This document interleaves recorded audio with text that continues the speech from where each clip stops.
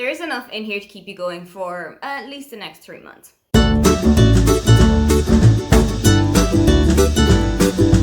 Hi, welcome, come on in. My name is Aoife and today I am taking you through my most anticipated books from July to September in 2024. There are a couple of books coming out in this quarter that I am definitely looking forward to.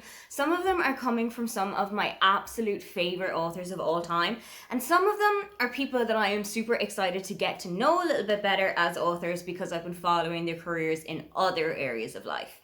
There are quite a few contemporary fiction books here, there are quite a few romances here, but there's also a bit of mystery and thrillers in here as well, perfect for leading you up into spooky season in October. I'm going to talk about this in chronological order, and as we are quite a way already through July, there are a couple of these that you can already go and pick up if they sound like something that you want to get reading. Already come out on the 4th of July is Love Story by Lindsay Kelk. This is about Sophie and Joe, who have been best friends for years and years.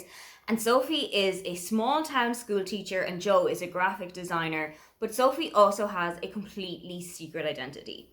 Behind the scenes, she is actually S.D. Cox, who is one of the world's biggest and most prolific romance writers, but she has been keeping this secret hidden from Joe and from the rest of the world ever since her career began.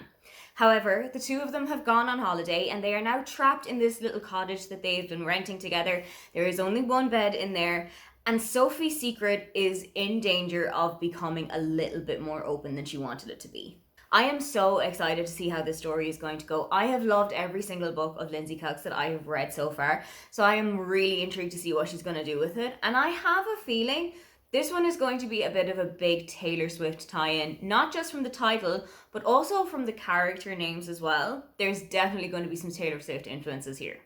Also on the 4th of July was The Orange House by Isabel Broom. Something that I love about Isabel's books is that you can travel pretty much the whole way across the world, even from the comfort of your own sofa. This book is absolutely nothing different, and it is set on the island of Majorca, just off the coast of Spain. It follows Henry and Violet, who met in the Orange House about 20 years ago, and they have been married since then, but cracks are starting to show in their marriage. Things are not going as well as they had previously been, so they decide to get their lives back on track by coming back to the Orange House. To kind of put everything to rest, Henry and Violet decide to come back to Majorca and put the Orange House back on sale. So they have to clear everything out, get the house looking spruced up, and get it ready for sale. While they are there with their teenage son Jake, they discover aspects about the other that they had completely forgotten, the reasons that they had fallen in love with one another, and of course, some of the things that had been hidden from the other for years and years while they were in such turmoil. Coming out on the 1st of August is The Art of Catching Feelings by Alicia Thomas. I have got a couple of her other books on my shelf and I'm so interested to see what they're going to be like. This one is a little bit of an escape from what I've usually read. This is following Daphne, who is trying to escape from the turmoil of her divorce and signing all of the divorce papers and getting everything sorted out there by getting wine drunk, going to baseball games and shouting heckles at some of the players. Not one of my most recommended pastimes, but she has discovered that a lot of these players on the field have got a heart that she wasn't expecting. She feels particularly bad for Chris, who it seems has taken all of her words to heart. So when she gets back home that evening, she messages him to apologize, but completely forgets to let him know that she was the one that heckled him. This starts to get a little bit more dangerous when Chris keeps messaging who he thinks is Ducky, and they start to form a really cute bond with one another. But once the situation starts to become a little bit more apparent, things could start to go a bit downhill. Coming out on August 13th is The Breakup Pact by Emma Lord. This is going to be Emma's first adult romance, but I have read her YA romances before and I've really loved them and I've loved her writing style. It's just that I feel like I have outgrown a lot of the situations that happen in young adult romance books. The Breakup Pact follows June and Levi, who were best friends in high school until they weren't. Life has now taken them both in completely different directions and they no longer speak to one another. But they have both gone through a pretty humiliating breakup that was plastered online, and now a picture of them that has been uploaded has the whole world convinced that they are actually together. If they decide to fake date one another, this could have pretty helpful consequences for both of them, so they decide to just ride the wave, put their differences aside for once, and just convince the whole world that they are getting over this heartbreak by getting back together.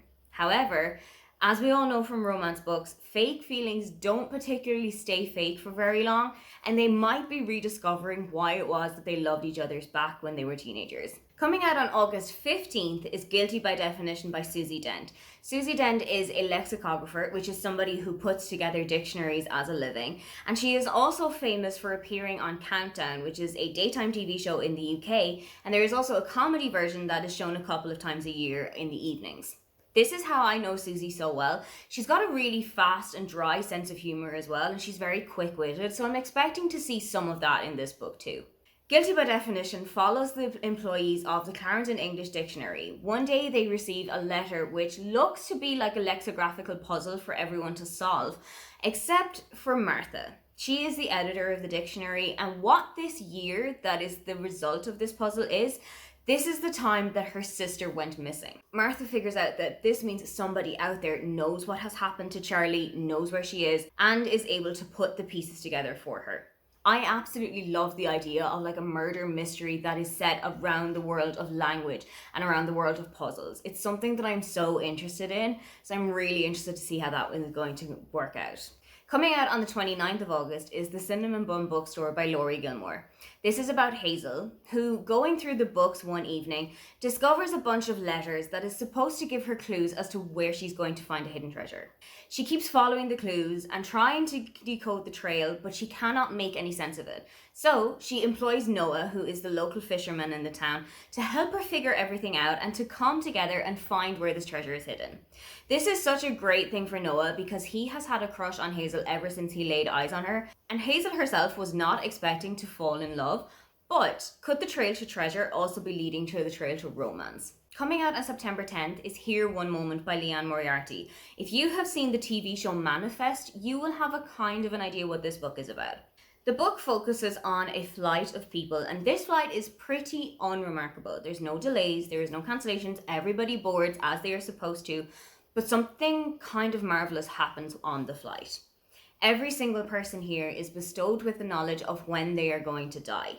Nobody on the plane has actually noticed the death lady boarding, but while she is here, everybody on this plane figures out when it is that they're going to die. Some of these people have lifespans that are stretching way into triple figures. Some of them are not particularly going to see the next couple of months out. I am so intrigued to see how this is going to go because Manifest, the TV show that I talked about, absolutely had me by a vice grip. So I am so interested to see how a kind of a book version of that is going to go. Coming out on September 12th is Frankie by Graham Norton. This is about Frankie, who has always felt like she was on the peripheral while she was looking at her life. She was never particularly center stage. She just felt like she was on the outside looking in. However, a couple of days after her fall, Damien is sent to her flat to be her carer and to basically help her get back on her feet. While everything is going around in the flat, a memory is sparked in Frankie's brain that brings her screaming back to her childhood, and she tells Damien the story of her life and what it was like for her growing up and her young years. I am so interested to see what this story is going to be like because I've had a kind of an up and down situation with Graham's novels lately. I'm so hopeful that this one is just going to absolutely blow me away like A Keeper did, and I am so intrigued by the situation in this book.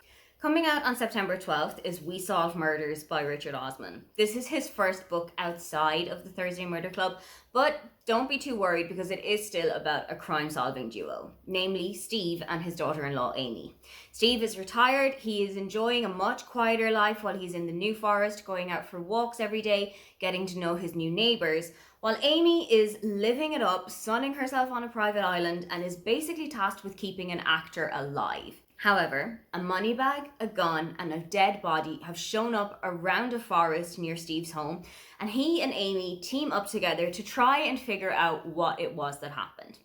I absolutely love Richard's writing. I think he's so funny and he's so fresh, so I'm so excited to see what life after the Thursday Murder Club has in store for him.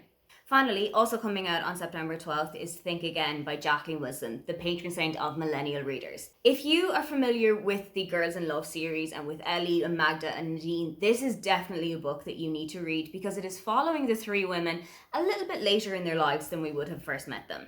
Ellie is now turning 40. Life is going pretty okay for her. She has got a daughter, she's got a job that she is enjoying, but On her birthday, it is about to change in ways that she absolutely never expected. Whether or not she's ready for it to, she just has to deal with what is coming ahead of her. I am so excited to read this book. I worshipped at the Jacqueline Wilson altar when I was little, so I am so intrigued to see what her first foray into writing for adult audience is going to be like, and I am so hopeful that she's going to give these three girls the grown-up lives they deserve. Those are all of the books that I cannot wait to get my hands on between now and the end of September. Are there any of those books that you also can't wait to get reading? Or what is one book that's coming out in the next 3 months that you can't wait to read? If you would love to leave me a comment but you can't think of anything you'd like to say, then just leave me the purple heart emoji. Don't forget to like and subscribe because I have new videos up every week. Now, get on out of here.